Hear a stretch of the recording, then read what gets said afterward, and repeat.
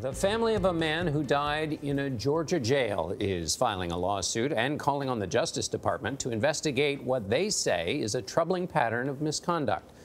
22-year-old Shali Tilson died of dehydration at the Rockdale County Jail in March of 2018. Another inmate died in the same Atlanta area jail less than 3 months later. An attorney for both families claims deputies at the jail were negligent and says the county sheriff does not have control over the deputies, some of whom have been linked to alleged crimes themselves.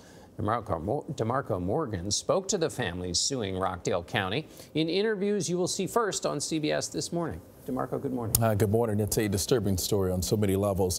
Shali Tilson's family says he had a known history of mental illness. Tilson's lawyer says deputies used force on him at least 6 times while in jail. He also points out we all have loved ones struggling with mental health issues and warns this could happen to any of them. I know my son's not resting in peace. Tanisha Tilson and Vladimir Joseph say jail workers let their 22-year-old son, Shali Tilson, die in his cell. I can't even think of the words to describe what I'm feeling. They sat there and watched him die a slow, horrible, cruel death. The deranged person might do it trying to kick it in. It's a former tenant. I don't know if he's drunk or what. Tilson was arrested last March for disorderly conduct after allegedly beating on a door to an apartment where he used to live. He was then taken to Rockdale County Jail outside Atlanta.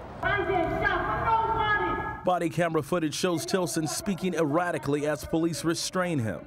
A lawsuit filed by Tilson's family says he was schizophrenic. The suit also says he was in the midst of a medical crisis at the time of the arrest and required immediate medical attention, but was instead placed in solitary confinement.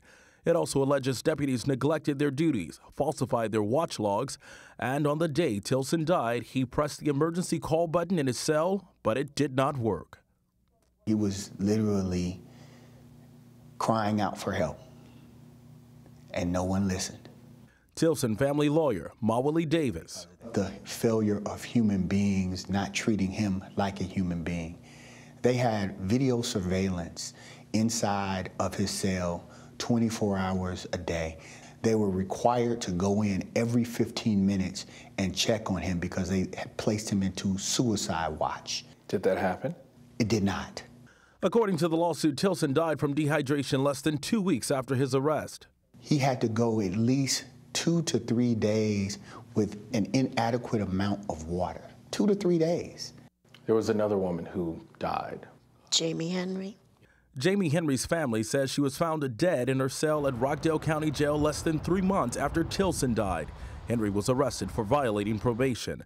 Davis says the jail failed to treat the 40-year-old mother of one for symptoms of withdrawal and says she died from complications related to cocaine and morphine.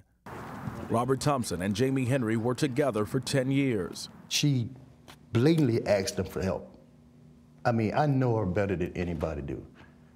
And if she's sick, I know she's not going to keep her mouth closed. Blair V. Donaldson is Henry's father. So you believe that somebody needs to pay for what happened? Payback, that's not going to solve anything. But somebody should be held responsible. Somebody should be held responsible, correct. Davis says the Rockdale County Sheriff's Office has a long-standing and pervasive lack of control over its employees, and local news reports link certain individual deputies to various alleged crimes, including illegal drug distribution, stalking, sexual battery, and illegal firearms. There's clearly something going on in that jail. Davis is now calling on the Department of Justice to investigate the deaths. If there isn't justice for Shali, if there isn't justice for Jamie Henry, how can we know that people will be safe? It's a good question. CBS News reached out to the Rockdale County Sheriff's Office for comment, and they referred us to a statement from last month. And that statement, the Sheriff's Office said they will review and act on any findings once all the investigative reports are done. They also said their hearts go out to the families of those affected. But I got to tell you, I'm reminded of what was said by a Camden police officer that I interviewed, I think it was about a year or two ago. But he said whenever you're dealing with someone, whenever you arrest someone, you have to always look at them as human beings first before you can see them as a criminal. That could be somebody's father, that could be somebody's brother, you name it. But to sit in somebody's jail for 3 days without water is unacceptable on every level. And not one, but 2 deaths. I mean, someone clearly dropped the ball here. There are a lot of questions for the Rockland County Jail that need answering. DeMarco, thank you for that.